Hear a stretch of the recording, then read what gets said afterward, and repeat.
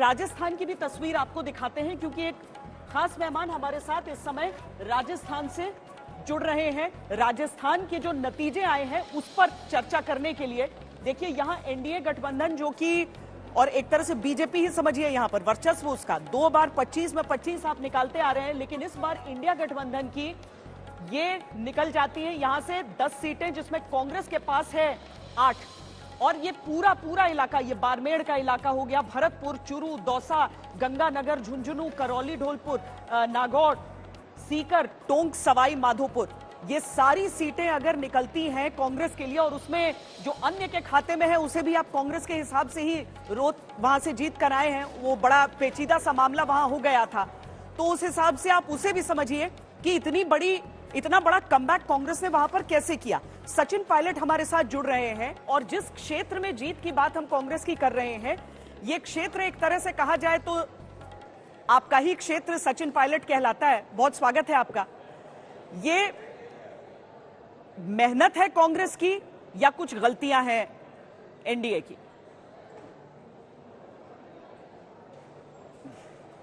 देखिए, मुझे लगता है कि ये चुनाव बहुत महत्वपूर्ण इसलिए हो गए थे क्योंकि 10 साल से सरकार दिल्ली में थी और लोगों को एक परहेज था। जिस प्रकार की राजनीति हो रही थी, आक्रमण की राजनीति, आरोप करने की राजनीति, सरकार के तंत्र का दुरुपयोग करने की राजनीति, और हर जगह लोगों ने भाजपा को कम आंका। अधिकांश राज्यों के अंदर, राजस्थान के अंदर जैसा आपने कहा, भाजपा के पास पहले 25 सीटें थीं, इस बार हम लोग 11 सीट जीत कर आए हैं, और ये सब लोगों की सामूहिक मेहनत थी।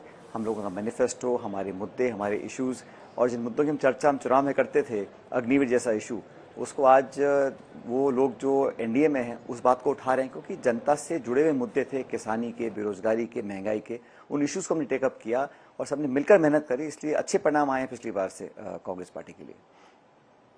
एक और सीट का बांसवाड़ा की भी बात मैंने की कि किस तरीके से जो अन्य के खाते में गया है वहां पर भी नतीजा अलग होता शायद, लेकिन वो एक जॉइंट कैंडिडेट के चक्कर में किस तरीके से आगे ये पूरा मामला बढ़ा है। क्या मैं सीधे तौर पर अगर ये पूछूं कि शुरुआत में क्या आप लोगों को ये कॉन्फिडेंस था कि इतनी सीटें निकल सकती हैं? बहुत सारे कार्यकर्ता ऐसे कांग्रेस के कहते रहे कि कॉन्फिडेंस कम रहा, और बीचों बीच चुनाव के ये रियलाइज किए कि शायद इससे बेहतर प्रदर्शन कर सकते हैं। बिल्कुल नहीं। मैंने 3 महीने पहले ऑन रिकॉर्ड कहा था कि कांग्रेस की बीजेपी से ज्यादा सीटें आएंगी। 25 में से लोगों ने मुझे कहा कितनी सीट जीतेंगे, मैंने कहा भाजपा से ज्यादा जीतेंगे, और आज लगभग बराबरी में हम आए हैं। तो हम लोग को मालूम था, क्योंकि जनता के अंदर बहुत लंबे समय से एंटी इनकम्बेंसी थी सांसदों के खिलाफ, और सरकार का जो रवैया है, जिस डबल इंजन की दुहाई हमेशा भाजपा देती है, वो डबल इंजन फेल हुआ है। उत्तर प्रदेश में हुआ है, राजस्थान में हुआ है, और हरियाणा में हुआ है। और राजस्थान के अंदर विशेष रूप से मुझे लगा कि हमारा जो उम्मीदवारों का चयन था, जिन मुद्दों को लेकर मैंने अपना प्रचार किया, उनको लोगों ने बहुत हाथों हाथ लिया और पसंद किया। और जो नई सरकार राजस्थान की है, ये कोई छाप नहीं छोड़ पाए लोगों के जहन के अंदर, इसलिए सबका लाभ हम लोगों को मिला। लेकिन हमने बड़ा आक्रामक और बड़ा फोकस्ड लेकिन संयमित हमने अपना प्रचार रखा। सचिन जी, इस चीज को लेकर केवल राजस्थान नहीं बल्कि बाकी राज्यों में भी बात हुई कि शुरुआत में बीजेपी अपने कैंडिडेट सोच समझकर उसके बाद उतार रही थी, एक बार उतारती थी, उसके बाद परिवर्तन नहीं होता था, लेकिन इंडिया गठबंधन की पार्टियों के बीच ये नजर आता था कि एक उम्मीदवार है, उसके बाद उसे बदला जाता था। क्या उम्मीदवारों का चयन बहुत निर्णायक रहा है इस बार के चुनावों में? देखिए, बीजेपी तो कहती थी कि 543 सीटों पे एक ही चेहरा लड़ रहा है। उन्होंने कहा उम्मीदवार मत देखो, आप हमको देखो, हमको वोट डालो। तो ये कहना कि अब बहाने डालना कि चयन गलत हो गया या हमारा रणनीति गलत हुई, आपने कहा कि हम तो 300 पार, 400 पार, 500 पार जाएंगे। 303 सांसदों से आपने चुनाव शुरू किया जब अभियान चालू हुआ। आज आप 65-70 सांसद कम हुए हैं। आपने अपने आप को 370 on the floor of the house कहा, हम 370 जीत कर आएंगे, 400 जीत कर आएंगे। तो ये जो रिवर्सल हुआ है, ये सिर्फ प्रत्याशियों के चयन, प्रत्याशी बेचारों का क्या लेना देना है? वो तो कई जगह तो मैंने देखा प्रत्याशी अपनी फोटो नहीं लगा रहे थे, उनको लगा कि बस एक चेहरे पर चुनाव हो रहा है। तो वो अहम और अहंकार जो है उसको भी लोगों ने बहुत पसंद नहीं किया। और भारतीय जनता पार्टी को मुझे लगता है कि एक संदेश जनता ने दिया है। आंकड़े अलग बात है, लेकिन सिर्फ अगर आप मूल्यांकन करें परिणामों का, वो एक स्पष्ट संदेश गया है कि हम इस प्रकार की राजनीति को पसंद नहीं करते कि आप निर्वाचित मुख्यमंत्रियों को जेल में डाल दें, कांग्रेस पार्टी के बैंक के खाते बंद कर दें, और एक आक्रमण प्रतिशोध की राजनीति का जो परिचय दिया सरकार ने, उसको लोगों ने पसंद नहीं किया। और ये मैंडेट जो है उस प्रकार की राजनीति के खिलाफ है मैंडेट। पर आपके पास प्रभार छत्तीसगढ़ का जरूर था, लेकिन राजस्थान के उस पूरे क्षेत्र में आप दौरा करते रहे बार बार, चाहे दौसा की सीट जहां पर हमने आपका इंटरव्यू किया, उसके बाद टोंक सवाई माधोपुर की सीट हो जाती है, आप हर जगह पर उधर जा रहे थे। मैं अगर ये अप्रोच पूछूं, क्योंकि जब आप कंप्लीटली वाइप आउट हो जाते हैं 2 बार से किसी एक स्टेट में, तो कैसे आप लोगों का सीधा अप्रोच क्या था इसमें, इस तरह के कमबैक का? देखिए, मैंने तो हमेशा पैरवी करी है नौजवानों को मौका देने की, और इस बार कांग्रेस पार्टी को बहुत लाभ मिला, क्योंकि काफ़ी नए लोगों को हमने टिकट दिए कांग्रेस पार्टी ने, उनको अधिकांश लोगों को जीत कर आए हैं। एक जयपुर ग्रामीण से हम चुनाव लड़े, एक नौजवान को टिकट दिया, वो 30 साल के हैं, वो 1600 वोट से चुनाव हारे हैं, 1600 वोट से, और वो भी बहुत अजीब तरीके से चुनाव उनको हराया गया है। लेकिन अधिकांश जगहों पर हमने प्रत्याशियों का चयन बहुत पहले किया, वहाँ के जो सामाजिक समीकरण हैं उनको समझकर हम लोगों ने अपने लोगों को टिकट दिया, और सबने मिलकर काम किया। मुझे लगता है कि सबने मिलकर मेहनत करी, और उसी का परिणाम है कि हम लोग एक अच्छा संख्या बल लेकर चुनाव जीत कर आए हैं, चाहे वो हरियाणा है, चाहे वो राजस्थान है।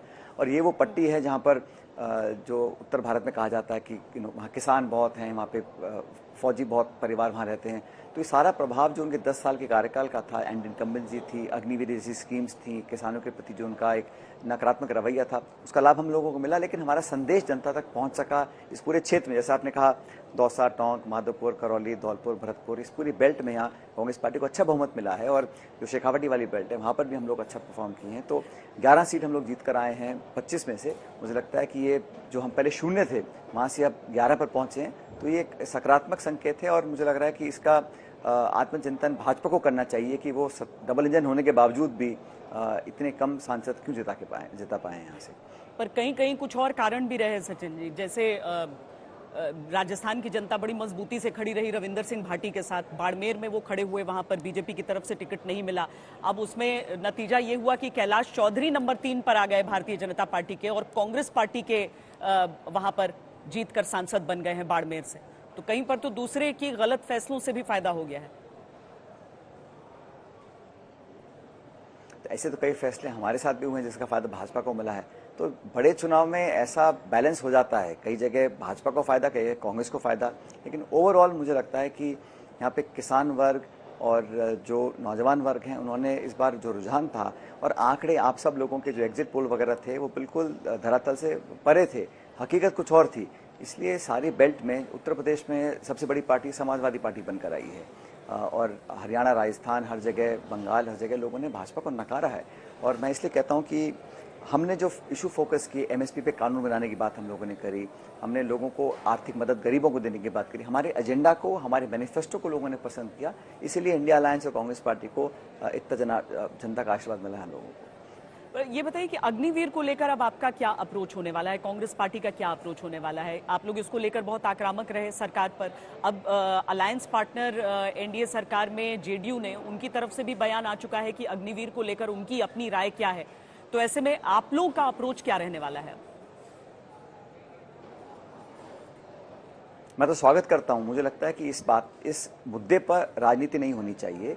देश में एक आम राय बन चुकी है कि ये जो योजना थी, ये नौजवानों के, सेना के हित में नहीं है। बहुत जल्दबाजी में फैसला लिया गया और थोपा गया, कोई संवाद नहीं हुआ, कोई संसद में चर्चा नहीं हुई, कोई विचार विमर्श नहीं किया गया एक्सपर्ट्स वगैरह से। ये आनन फानन में थोप दिया गया। और मैं स्वागत करता हूँ आज की जो दूसरा पॉलिटिकल दल है, जो आज एनडीए के घटक हैं, वो भी इस बात को उठा रहे हैं, क्योंकि ये बात राजनीति से प्रेरित नहीं है। ये हकीकत है कि अग्निवीर जैसी योजना से जहां नौजवानों को सिर्फ 4 वर्ष तक नौकरी करने का मौका दे रहे हैं, वो बात गलत है। इससे बहुत सारे नकारात्मक प्रभाव पड़ेगा सेना के ऊपर। तो मैं तो उसका स्वागत करता हूँ। कांग्रेस पार्टी ने मैनिफेस्टो में हम सब ने कहा है कि हम अग्निवीर के खिलाफ हैं, और सत्ता में आते हम इसको रद्द कर पुरानी भर्ती चालू करेंगे। इसमें कोई चेंज नहीं है। हम अपने स्टैंड पर अड़िग हैं और कमिटेड हैं, और जो कोई व्यक्ति, जो दल, जो विचारधारा, जो नेता इस स्टैंड के पक्ष में है, हम उसका स्वागत करते हैं। बल्कि मैं तो साधुवाद देना चाहता हूं सब लोगों को कि राजनीति से ऊपर उठकर वो इस मार्मिक मुद्दे को आज रेखांकित कर रहे हैं।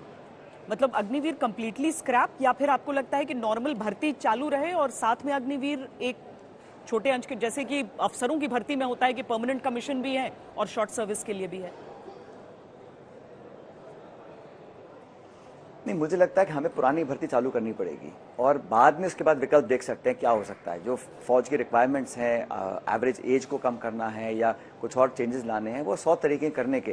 लेकिन सारी भर्ती बंद कर आर्मी, नेवी, एयरफोर्स सारी बंद करके सिर्फ एक ही द्वार खोल के रखें अग्निवीर का, ये हमको बिल्कुल गवारा नहीं है। मुझे लगता है कि इसको समाप्त करना पड़ेगा। उसके पश्चात अगर कोई और विकल्प होंगे उसको तलाश सकते हैं। लेकिन जिस तरह से इसको किया गया, संवादहीनता के कारण और विचार विमर्श किए बिना इसको थोपा गया, उसका विरोध करते हैं। मैं नहीं कर रहा हूं, पूरे देश में, खासकर उन राज्यों में जहां पर बहुत से लोग सेना में जाने को उत्सुक रहते हैं, नौजवान, उनके वहां आप देखिए, आप वहां पे निराशा है। और ये देश के लिए बात है, इसमें कोई कांग्रेस बीजेपी की बात नहीं है। मुझे लगता है कि इसको निश्चित रूप से सरकार कोई भी हो, उसको लागू करने का फायदा ना देश को है, ना जनता को है, ना सेना को है। आखिरी सवाल सचिन जी, लोकसभा चुनावों के लिए छत्तीसगढ़ का प्रभार जरूर दिया गया, लेकिन क्या राजस्थान की राजनीति, चूंकि जिस तरह की कामयाबी, मतलब जिस तरह का कमबैक, अभी बीजेपी की सीटें भले ज्यादा हैं लेकिन कमबैक कांग्रेस का ज्यादा बड़ा है, तो आप राजस्थान की राजनीति की तरफ ही लौटेंगे या फिर अभी प्रभार आपका वहीं का रहने वाला है? देखिए, वो भविष्य में क्या होगा मैं नहीं जानता हूं, लेकिन जैसे आपने कहा कि मैं क्योंकि राजस्थान से आता हूं और यहाँ पर हमारा संगठन, हमारी पार्टी और मजबूत हो, ये मेरी प्राथमिकता रहेगी। लेकिन मुझे जो भी जिम्मेदारी दी है पार्टी ने, चाहे वो राष्ट्रीय स्तर पर हो या प्रदेश में हो, सरकार में हो, संगठन में हो, मैंने उस जिम्मेदारी को बखूबी निभाया है और भविष्य में जो मुझे काम दिया जाएगा मैं उसको करूँगा। लेकिन मुझे लगता है कि ये राज्यों में अगर हम मजबूत होते हैं, हम कर्नाटक में जीते, तेलंगाना में जीते और हिमाचल में जीते विधानसभा के चुनाव, उन स्टेट इलेक्शंस को जीतने के बाद पूरे देश के पार्टी के कार्यकर्ताओं को ऊर्जा मिलती है। तो मुझे लगता है कि स्टेट्स में हम लोगों को जीतना बहुत जरूरी है आने वाले समय में। और जिन स्टेट्स में हम कमजोर हैं, वहाँ पर ये सही समय है संगठन को पुनर्जीवित करने का और लोगों को और अपने साथ जोड़ने का। तो जो भी जिम्मेदारी मुझे दी जाती है मैं उसको पूरा निभाता हूँ, भविष्य में भी ऐसे ही करूँगा। बहुत बहुत धन्यवाद हमसे बातचीत करने के लिए। सचिन पायलट, कांग्रेस नेता, साथ में राजस्थान के उप मुख्यमंत्री पूर्व, जिस तरीके से उस पूरे क्षेत्र में जहां पर प्रभाव माना जाता है सचिन पायलट का, वहां पर कांग्रेस की वापसी हुई है, उस पर हम चर्चा कर रहे थे।